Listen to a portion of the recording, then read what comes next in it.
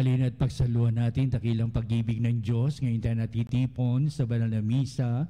Simulan natin sa ngalan ng Ama at ng Anak at ng Espiritu Santo. Amen. Ang pagpapala ng ating Panginoong Jesucristo, ang pag-ibig ng Diyos Ama at ang pakikipagkaisa ng Espiritu Santo naway sumainyong lahat. At sumainyo rin. St. Martin of Tours sa Francia ngayon ay nagdiriwang sila ng kanilang kapistahan sa isa sa mga syudad na tawag na Tours o sa Francia. At ang kasaysayan ng santong itong dinakila ng simbahan ito na inahuwaran. Sa isip natin palagian na tayo'y makasalanan, oo, pero higit sa lahat ang maging huwarang buhay ay pagpapalang handog ng Diyos na pagsisikapan nating maitaguyod.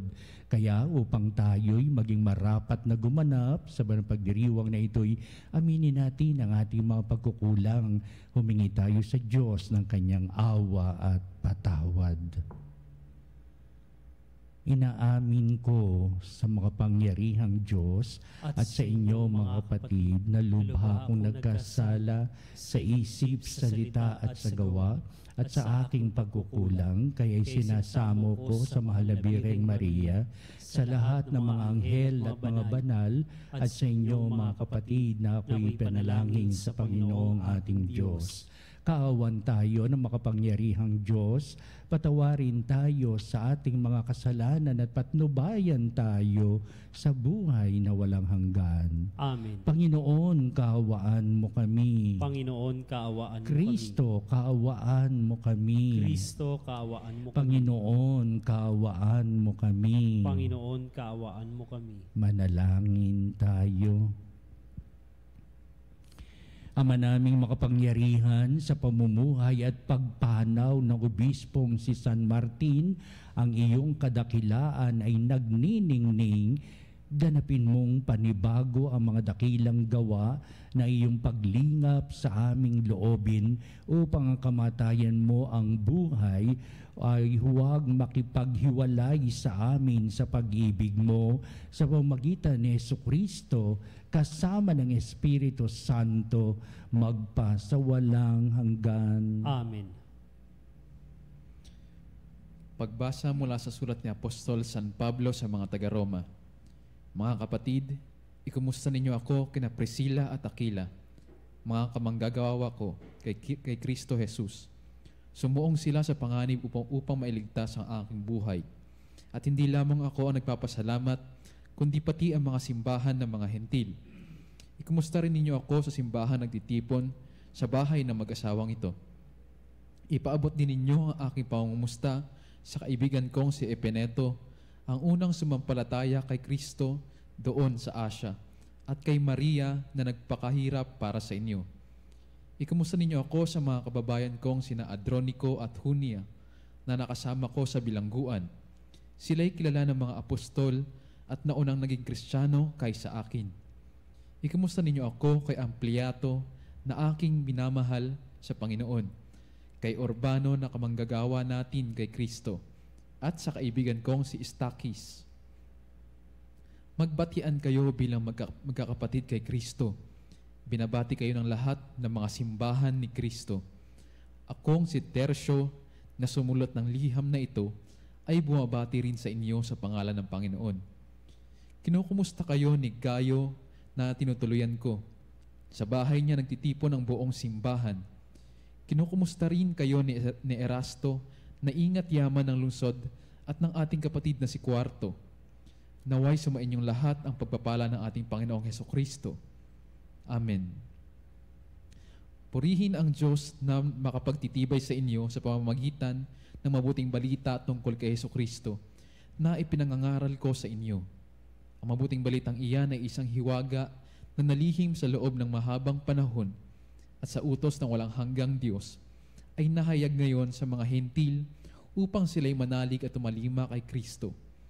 Ang lahat ng iyan ay ayon sa mga sulat ng mga propeta. Sa iisang Diyos, ang marunong sa lahat, sa Kanya iukol ang papuri magpakailanman sa pamamagitan ni Jesucristo. Amen. Ang salita ng Diyos. Salamat sa Diyos. Pupurihin ko ang pangalan ng poon magpakailanman. Pupurihin ko ang pangalan ng poong magpakailanman. Pupurihin ko at pasasalamatan ang Diyos araw-araw. Di ako titigil ng pasasalamat magpakailanman. Dakila ang Panginoon at karapat-dapat na siya'y purihin.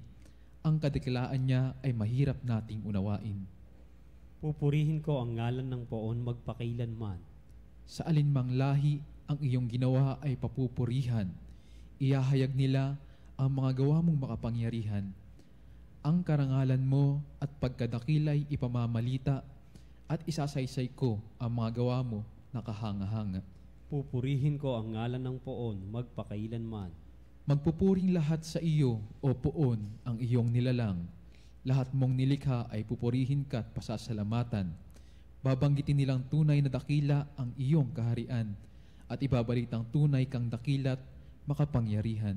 Pupurihin ko ang ngalan ng poong magpakailanman.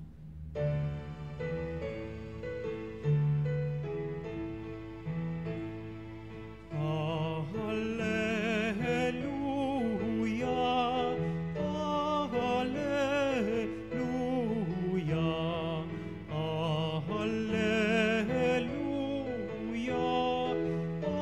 hallelujah. Sumainyo ang Panginoon. At sumainyo ang rin. pagpapahayag sa Ebanghelyo ayon kay San Lucas. Papuri sa iyo, Panginoon. Noong panahon yun, sinabi ni Jesus sa kanyang mga lagad, "Kaya't sinasabi ko sa inyo, gamitin ninyo sa pakikipagkaibigan ang kayamanan ng sanglibutang ito.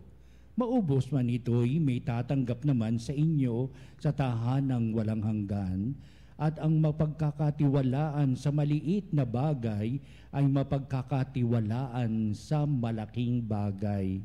Ang magdaraya sa maliit na bagay ay magdaraya rin sa malaking bagay. Kung hindi kayo mapagkatiwalaan sa mga kayamanan ng sanglibutang ito, sino ang magtitiwala sa inyo sa tunay na kayamanan? At kung hindi kayo mapagkatiwalaan sa kayamanan ng iba, sino magbibigay sa inyo ng talagang para sa inyo? Walang makapaglilingkod ng sabay sa dalawang Panginoon, sapagkat kapopuotan niya ang isa at iibigin ng ikalawa, paglilingkuran ng tapat ang isa at hahamakin ng ikalawa. Hindi niyo mapaglilingkuran ng sabay ang Diyos at ang kayamanan." Narinig ito ng mga Pariseo at nilibak nila si Jesus sapagkat sakim sila sa salapi. Kaya't sinabi niya sa kanila, "Kayo ang nagpapapanggap ng mga matuwid sa harapan ng mga tao, ngunit nasasaliksik ng Diyos ang inyong mga puso, sapagkat ang tinuturing na mahalaga ng mga tao ay kasuklam-suklam naman sa paningin ng Diyos." Ang mabuting balita ng ating kaligtasan. Pinupuri ka namin, Panginoong Hesukristo. Medyo kailangan ng itong pangunawa at basahin pa ulit-ulit ang ating mabuting balita sapagkat mayroon tinutukoy na napakahalaga ang ating Panginoong Kristo. Oo nga, at marami siyang kinukwento, marami siyang mga contradictions na ginagawa. Ngunit sa kahuli-hulihan na tinutumbok niya ang kanyang ibig sabihin. Itong ating mabuting balita ay pahayag hindi lamang sa mga lagad, kung hindi sa maraming tao. Tinalang natin, laraw na lang natin habang naglalakad marami sa dalampasigan ang ating Panginoong Kristo, dinudumog siya ng mga tao, nagsasalita siya ng ganitong mga bagay.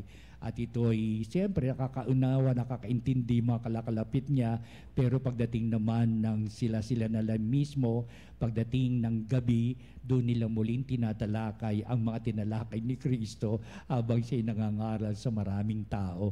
At hanggang ito'y sinulat ni San Lucas. Ito, napaganda ang pagkakasulat ni San Lucas sa mabuting balita na hinangon niya kung paano nagsalita ang ating Panginoong Kristo, kung ano ang nilalayo niya sa buhay na ito, kung ano yung nasa puso't isipan ni Kristo. Hindi naman verbatim ito na para may tape recorder. Wala man tape recorder sa San Lucas noong araw. Hindi pa uso yung tape recorder, teknolohiya noong araw. Pero napakaganda ang kanyang kaisipan sapagkat ang kanyang iniisip ay ang pag-iisip ni Kristo. Ito pinasikapan ng mga manunulat ng mabuting balita na tingnan mabuti kung ano yung nakalooban ni Kristo at kanila itong sinulat na isa-isa at matindi ang kanilang pagpapahayag sapagkat naroon ang kanilang pangunawa, kaharap nila si Kristo mismo at napapakinggan ang kanyang mga salita, nararamdaman nila kung ano ibig sabihin ni Kristo sa mga tinatalakay niya para sa buhay na ito. Kaya ang pagtalakay ni Kristo sa buhay nito may kinalaman sa kayamanan. Kayamanan. Hindi ba tayo makikinig din sapagkat may kayamanan pa rin tayo sa daigdig na ito? Di ba? At marami din libro na sulat tungkol dito, tungkol sa kayamanan. Ito ngayon, at kapantay din ba ang ating pagkilala sa kayamanan at sa Diyos kung tayo ay kung tayo pinagagalaw ng kayamanan iyan sa lahat ng kabuktutan sa daigdig na ito. Ginagamit natin ating kayamanan para sa ating makasariling buhay o kaya ang kayamanan nagiging daan ng kasamaan sa buhay. At pagkatapos ay maglilingkod tayo sa Diyos, ganun puno tayo ng kasamaan sapagkat may kayamanan tayong taglay. Money talks and money is the source of evil. Kung ito ang pinag-uusapan nila noon, sapagkat nakikita natin Panginoon Kristo ang mga mayayaman na madalas sinutukoy ni Kristo ang mga Pariseo at mga Saduceo ng religious sector ng kanyang lipunan o yung mga taong may ganitong kapangyarihan. Alam ba niyo noong araw? Siguro hanggang ngayon din, hindi ka magiging kapangyarihan kung wala kang salapi. Minsan ginagamit ang kayamanan upang ikaw maging may kapangyarihan. May kapangyarihan ka sa iyong lokalidad sapagkat may angking kang kayamanan. At gagamitin mo ang kayamanang ito para panatilihin mo ang kapangyarihan mo sa iyong lipunan. Yun ayaw ng ating Panginoong Jesucristo. May kayamanang kantaglay hanggang sa wakas ng sandaigdigan, mayaman ka. Pero paano mo ginagamit ang kayamanang ito sa higit na kapangyarihan mo? At sasabihin ko, ang kapangyarihan ito, madalas nagagamit sa kapahamakan ng kapwa. Madalas ang pera yung nabibili ng mga taong mahihirap. Kadalasan gagamitin mo kayamanang ito para sa iyong makasariling layunin sa buhay. Galit si Lord, ayaw niya ng ganito. Noong pa man, nangangaral na siya sapagkat ang kanyang pangangaral ay serviam, serve one another. Maglingkod kayo, tumugon ka sa higit na nangangailangan ng pagkalinga mo para sa iyong kapwa. Naku, napakaraming kwento ng ating Jesucristo sa mga bagay na ito upang sabihin, ito'y simula ng bagong daigdig. Kung paano si Kristo ay nanawagan sa mga tao, nanawagan sa mga sektor ng lipunan na sila naging makapangyarihan sapagkat ang kanilang kayamanan. Merong mga sinasabi sa ating Panginoon ng mabuting balita ng pakikibahagi ng iyong sarili. At iyan ang kanyang nilalayon hanggang ito ngayon sa ating mabuting balita na sabi niya walang makapaglilingkod ng sabay sa dalawang Panginoon sapagkat kapupuotan niya ang isa at iibigin ang ikalawa. At sa huli sasabihin ng ating Panginoon Kristo ay ang tinuturing na mahalagas ng mga tao ay kasuklam-suklam naman sa paningin ng Diyos. Paggamit ng Tagalog, kasuklam-suklam na sa paningin ng Diyos, yung hindi ginagamit na kayamanan daigdig na ito sa tamang pamamaraan. Ito'y pahatid hindi lamang sa kapanahunan all the while hanggang sa uminog ang daigdig na ito. At sabihin ko hanggang sa wakas ng sandaigdigan. Pero marami man tao talaga pagbabago na ating mabuting balita. At ito yung napakahalaga rin sa mata ng Diyos. Salamat. At may mga taong nabuna at nakikita ang kanyang kamalian. na pagtatanto kung ano saan siya nagkulang upang ibalik sa tamang landas na noong pa man ay ipinahayag ni Kristo. Maglingkod. At iyan ay napakahalaga.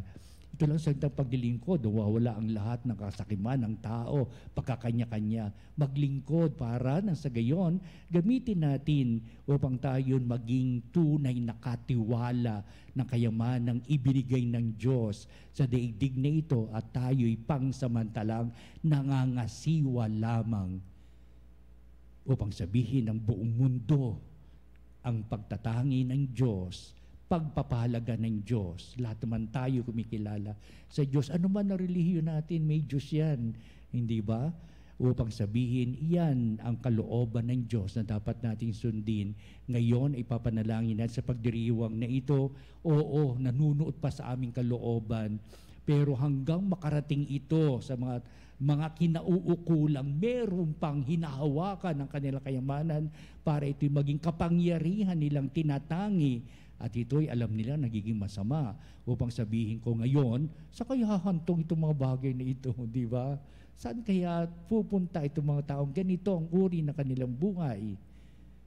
Upang sabihin natin, kung may pagpapanibago ng buhay, may pagtatangi ang Diyos at meron siyang natatanging pagmamahal, magganap nawa sa tulong at awa ng Diyos itong mga bagay na kanyang pinapahayag. Ang bangbalamisa ay malaking pagtulong sa tao upang sabihin namin, kami nagkasala, ibig namin magbagong buhay. Tulungan mo po kami, Panginoon, sa diwa ng pagpapanibago ng buhay ngayon at magpasawalang hanggan. Amen.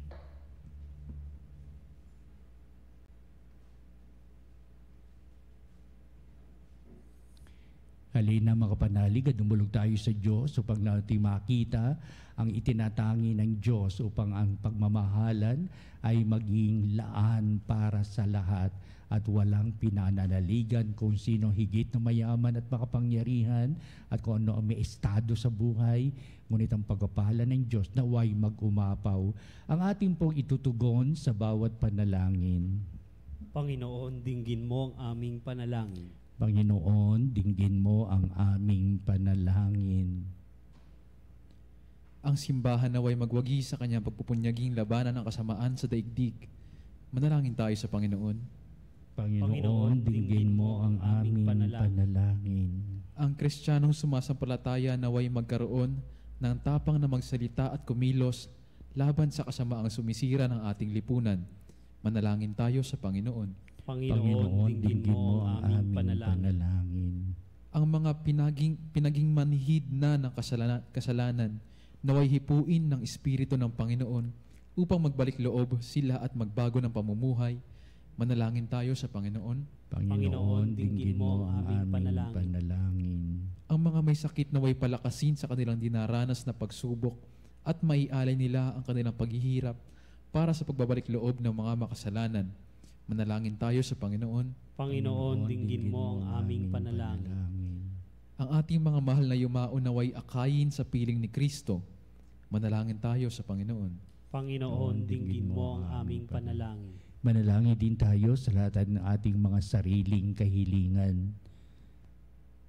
At kayong mga tagapakinig ng palatunto ng Healing Touch sa Veritas ay tataas natin ang ating mga kahilingan upang lalo nating panabikan ng Diyos sapagkat inaalalayan tayo sa tamang landas sa matuwid na pamumuhay na hindi natin ginagamit ang salapi sa kapangyarihan upang tumiligsa at upang magpatol ng judgmental attitude sa ating kapwa, kundi magbahaginan, magtulungan, at ang pakipag-ugnayan sa Diyos ay magiging kahali-halina.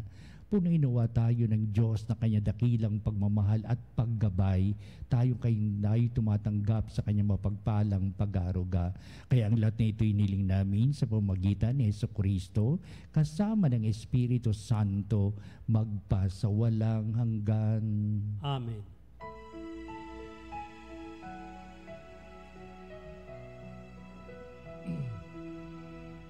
Aming hatid, alay na ito, ang tinapay na nagmula sa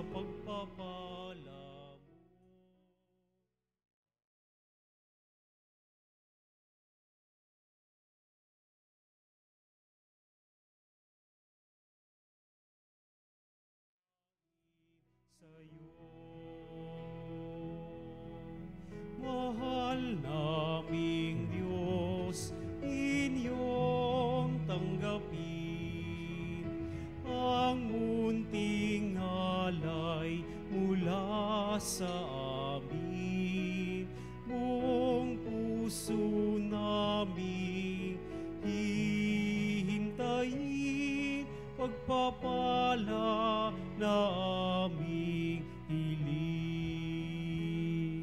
Manalangin kayo mga kapatid, upang itong ating paghahain ay maging kalugod-lugod sa Diyos Amang makapangyarihan. Tanggapin nawa ng Panginoon itong paghahain sa iyong mga kamay, sa kapurihan niya at karangalan, sa ating kapakinabangan at sa buong sambayanan niyang banal. Ama naming lumikha, pakabanalin mo ang aming mga alay sa paghahain namin ngayong ginugunita si San Martin, upang sa pamumuhay namin araw-araw, itaguyod kami nito sa hirap at ginhawa sa pamagitan ni Jesucristo kasama ng Espiritu Santo magpasawalang hanggan. Amen. Sumainyo ang Panginoon. At sumainyo Itaas sa Diyos sa inyong puso at diwa. itinaas na namin sa Pasalamatan natin ang Panginoong ating Diyos. Marapat na siya ipasalamatan. Ama naming makapangyarihan, turing ang marapat na ikaw ay aming pasalamatan sa pamagitan ni Jesucristo na aming Panginoon. Ngayong si San Martin ay pinararangalan sa pamumuhay niyang totoong uliran at pagiging maasahan sa panunungkulan. Kaya si Jesucristo na maasahan sa katapatan ay inihahayag sa pangasiwa sa sangbayanan. Ang malasakit na mga ulirang tagapangasiwa noon ay nagpapatuloy magpahanggang ngayon sa mga panalangin kanilang inuukol kaisa ng sambayanan mong dito'y nagtitipon. Kaya kaisa ng mga anghel, nagsisiawit ng papuri sa iyo walang humpay sa kalangitan, kami nagbubunyi sa iyong kadakilaan.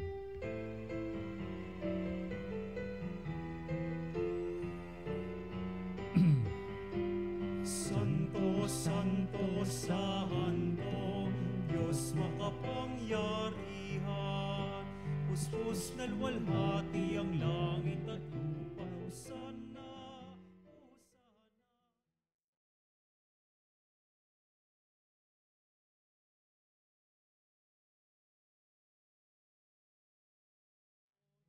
Hosanna, Hosanna sa kaitaasan.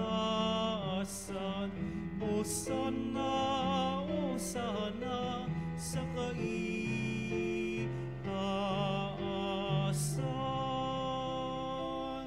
Ama naming banal, ikaw ang bukal ng tanang kabanalan, kaya't sa pamagitan ng Espiritu mong banal, mga kaloob na ito, upang para sa amin ito maging katawan at dugo ng aming Panginoong Hesukristo.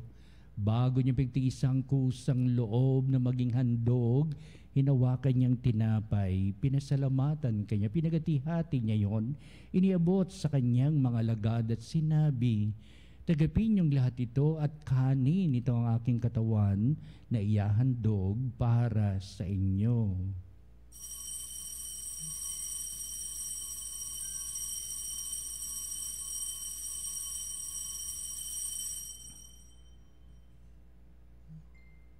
Gayun din naman, pagkatapos ng hapunan, hinawakan niyang kalis, muli kanyang pinasalamatan, iniabot niya ang kalis sa kanyang mga lagad at sinabi, "Tagapin niyong lahat ito at inumin ito ang kalis ng aking dugo, ng bago at walang hanggang tipan, ang aking dugo na ibubuhos para sa inyo at para sa lahat sa ikapagpapatawad ng mga kasalanan. Gawin niyo ito sa pag-alaala sa akin."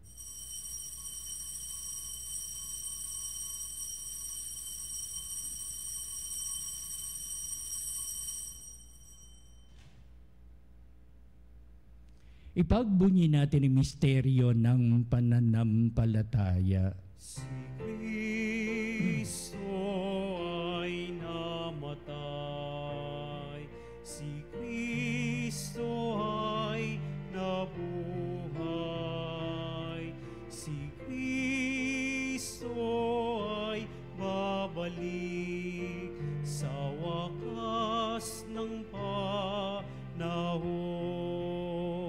Ama, ginagawa namin ngayon ang pag-alaala sa pangamatay at maling pagkabuhay ni anak. Kaya tinialay namin sa iyon tinapay bibigay buhay at ang kalis na nakakaloob ng kaligtasan. Kaming papasalamat dahil kaming minarapat na tumayo sa harap mo para maglingkod sa iyo.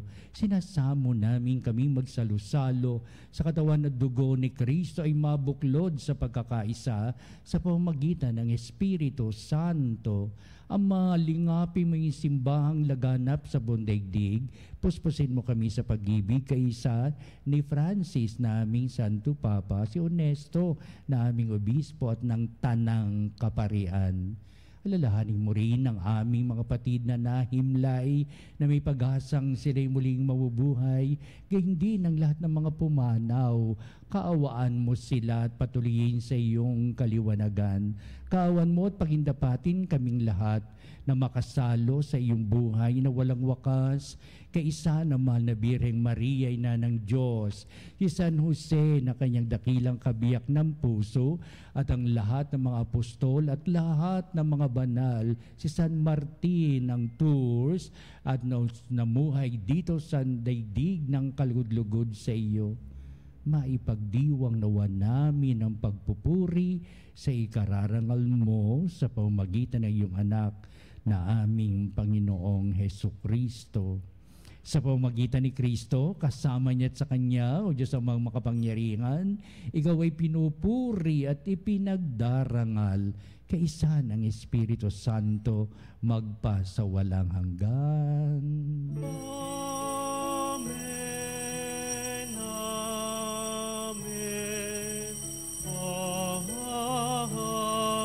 Amen.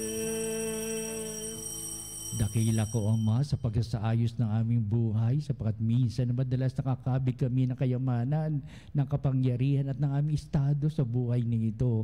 Pagkapalang handog sumasa amin sapagkat ang paglilingkuran namin sa kapwa, hindi ito maiaalis sa pamagitan ng iyong patnubay. Ating ngayong awitin ang panalangin itinuro sa atin ng ating Panginoong Kristo ang Ama namin.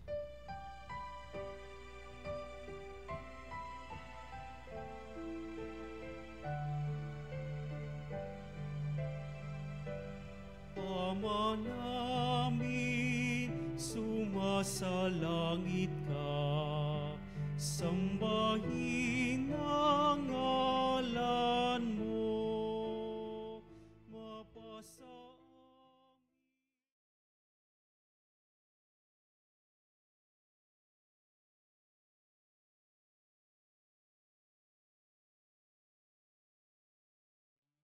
sa lupa para ng sala hangin.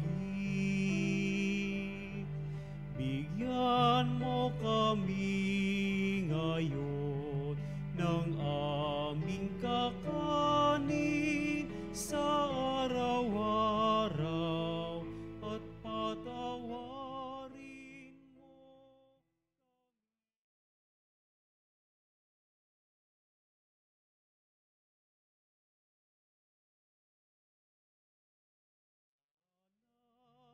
pagpapatawad namin sa nagkakasahala sa amin, at huwag mo kaming ipahintulot sa tukso, at yadya mo kami sa lahat ng masama. Hinihiling namin kami ay Diyos sa lahat ng masama, pagkalooban ng kapayapaan araw-araw, iligtas sa kasalanan at iliyo sa lahat ng kapahamakan, samantalang aming pinanabikan ng dakilang araw ng pagpapahayag ng tagapagligtas naming si Hesukristo. Sapagkat sa iyong kaharian at ang kapangyarihan at ang kapurihan magpakailanman. Pero sa Kristo, sinabi mo sa mga apostol, kapayapaan ang iniiwan ko sa inyo, ang aking kapayapaan ay binibigay ko sa inyo. Tunghayan mo ang aming pananampalataya at huwag ang aming mga pagkakasala. Pagkalooban mo kami na kapayapaan at pagkakaisa ayon sa iyong kalooban, kasama ng Espiritu Santo, magpa sa walang hanggan. Amen. Ang kapayapaan ng Panginoon ay laging sumainyo. At sumainyo rin. Magbatian tayo at magbigay ng kapayapaan sa isa't isa. Kapayapaan po sa bawat isa, mga kapanalig.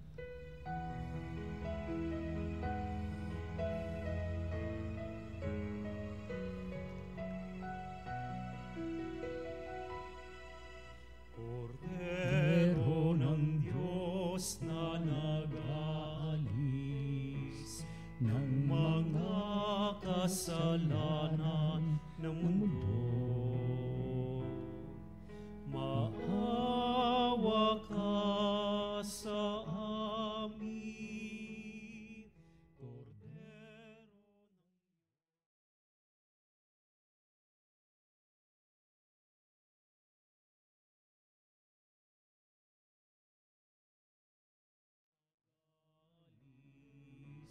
ng mga kasalanan ng mundo, maawa ka sa amin. Kordero ng Diyos, maawa ka. Kordero ng Diyos na nag-aalis ng mga kasalanan ng mundo, ipagkaloob mo sa amin ang kapayapaan. Tunghayan natin ang ating Panginoong Kristo, dakilang pag-ibig ng Ama, siya na nag-aalis ng mga kasalanan ng sanglibutan, mahapalad na tinatawag sa piging ng kordero. Panginoon, hindi ako karapat-dapat na magpatuloy sa iyo, ngunit sa isang salita mo lamang ay gagaling na ako.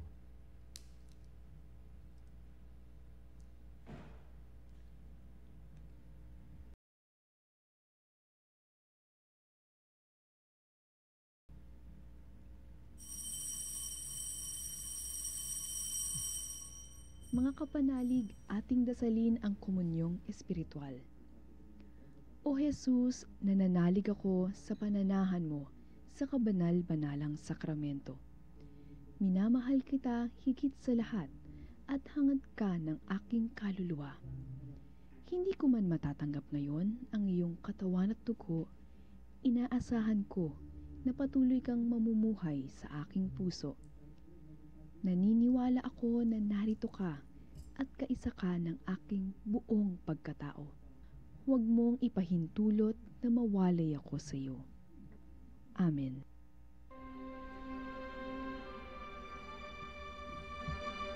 Panalangin kay San Martin ng Tours. Kabanal-banalang San Martin, bagamat ipinanganak ka na sa isang pagano at sa murang edad ay naging sundalo, ay hinirang ka pa rin na maging lingkod ng simbahan at kawal ni Kristo. Sa iyo itinanim ang binhi ng tunay na kabanalan at iyong pinalagos sa pamamagitan ng iyong mamalasakit at habag sa lahat ng taong nangangailangan ng kalinga at pagmamahal ng Diyos. Maraming kaluluwa ang iniligtas mo at pinalaya mula sa kapangyarihan ng kadiliman sa pamamagitan ng iyong panalangin, pagpapakasakit at pagpapala. Kami ay buong kababaang loob na humihiling na ipanalangin mo sa ating mahabaging Diyos na ipagkaloob ang aming mga kahilingan. At hangad din naming maging karapat dapat kaming tumanggap ng kaloob na biyaya at awa ng ating Panginoon na maglalayo sa amin sa kadiliman at aakay sa kaliwanagan at paghahari ng Diyos magpasawalang hanggan. Amen. San Martin ng Tours, Panalangin mo kami. Manalangin tayo. Ama naming mapagmahal, ipagkaloob mo sa aming nagsalo-salo sa piging ng pagkakaisa ang ganap na pasyang sundin ang loob mo sa lahat ng bagay, upang katulad ng buong-buong pagtatalaga ni San Martin sa iyo, kami ay maging marangal sa pagiging para sa iyong totoo, sa pamamagitan ni Jesucristo kasama ng Espiritu Santo magpasawalang hanggan. Amen. Panalangin para sa mga kaluluwa. Panginoon naming Diyos Ama naming, Ikaw po ang dahilan ng aming pagsilang at pag-iral. Sa iyo galing ang aming hiram na buhay. Buong kababalo kaming nananalangin na kami magmakaawang kalugdan mo sa mga kaluluwa na mapumanaw sa mundong ito. Sila naway magkamit ng buhay sa iyong piling. Alisin mo ang anumang karumihan ng kasalanan upang sila ay maging marapat sa iyong walang hanggang kalinisan. Iahon mo ang mga kaluluwa sa purgatorio at bigyan sila ng puwang sa iyong kaharian sa langit. Kapayapaan kailanman, O Panginoon, ang igawad sa mga yumaong nagsipanaw. Sila nawa ay silayan ng iyong ilaw na walang hanggan. Amen. Amen. Susunod po natin ang pagtatanghal sa kabalbanalang sakramento at sa ating pong pagtatanod, at ito yung mga panalangin natin, at sa bandang huli ito ang magbibindisyon sa atin bilang pagwawakas ng ating pong mga banal na gawain.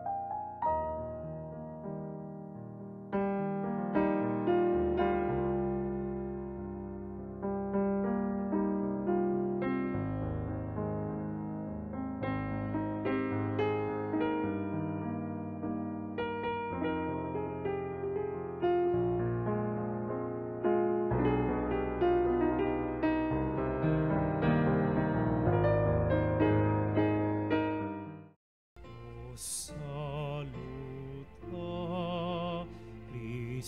Christus Dia, Vecelipat Nisos Bella Premur Hostilia,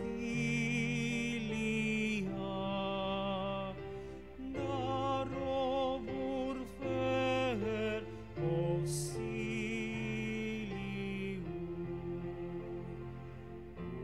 Unitrino que Domino, sit sempiter na gloria, qui vitam sine termino, nobis non et in patria.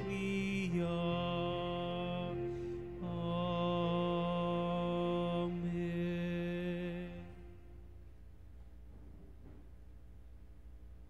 Mga panalig bilang isang bayang tinawag ng Ama kay Jesucristo na pinagbuklod sa iisang katawan, tayo manikluhod at sumamba sa Panginoong Jesucristo sa kabalbanalang sakramento sa altar.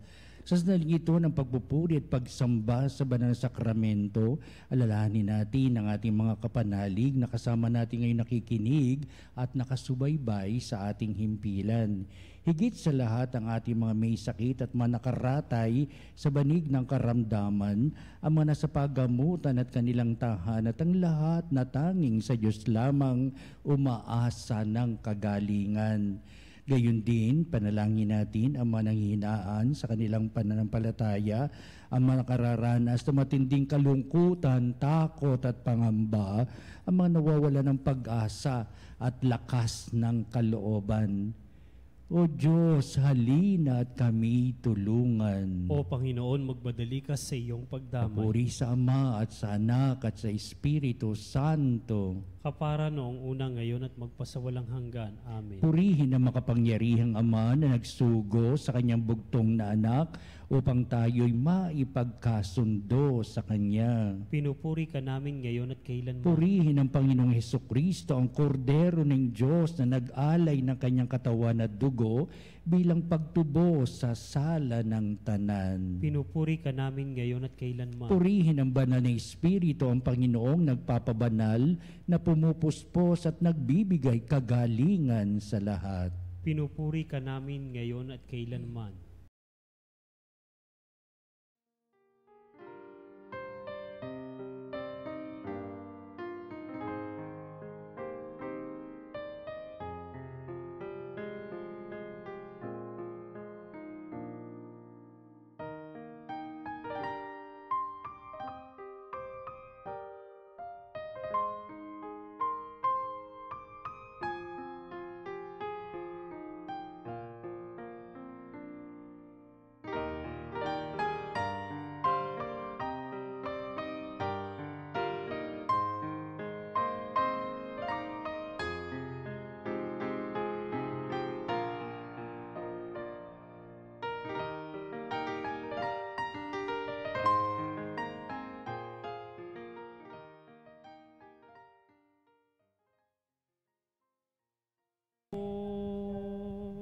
Makapangyarihang Diyos na walang hanggan, Ikaw ang aming Panginoon at butihing Ama, sa iyong pagpapala ipinagkalob mo ang lakas sa aming kahinaan.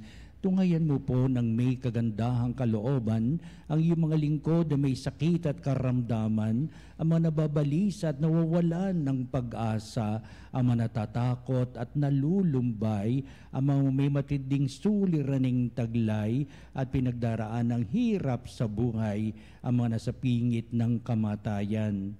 Pagalingin at aliwin mo po sila sa kanilang mga karamdaman at ibalik sa kalusugan at kapanatagan ng kalooban upang mabatid nila ang iyong kabutihan at sila'y magpasalamat sa iyong banal na pangalan.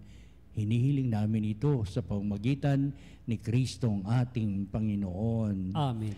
Panginoon, nagsusumamo kaming dalawi ng tahanang ito at alisin mula rito ang lahat mapanirang kapangyarihan ng kaaway. Mananawa rito ang iyong mga anghel at banal upang panatilihin kami sa kapayapaan at sumaamin nawang lagi ang iyong pagpapala. Hinihiling namin ito sa pamamagitan ni Kristong ating Panginoon. Amen. Gawaran nawa tayo ng makapangyarihang Diyos ng kapanatagan ng kalooban at mapayapang buhay. Amen.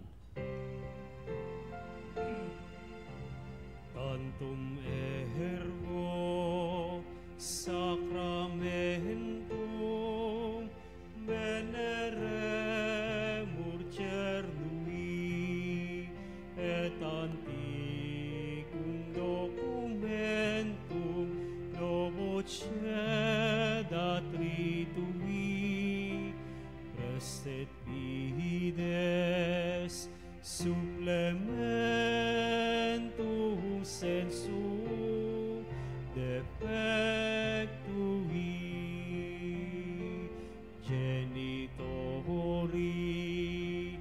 genitoque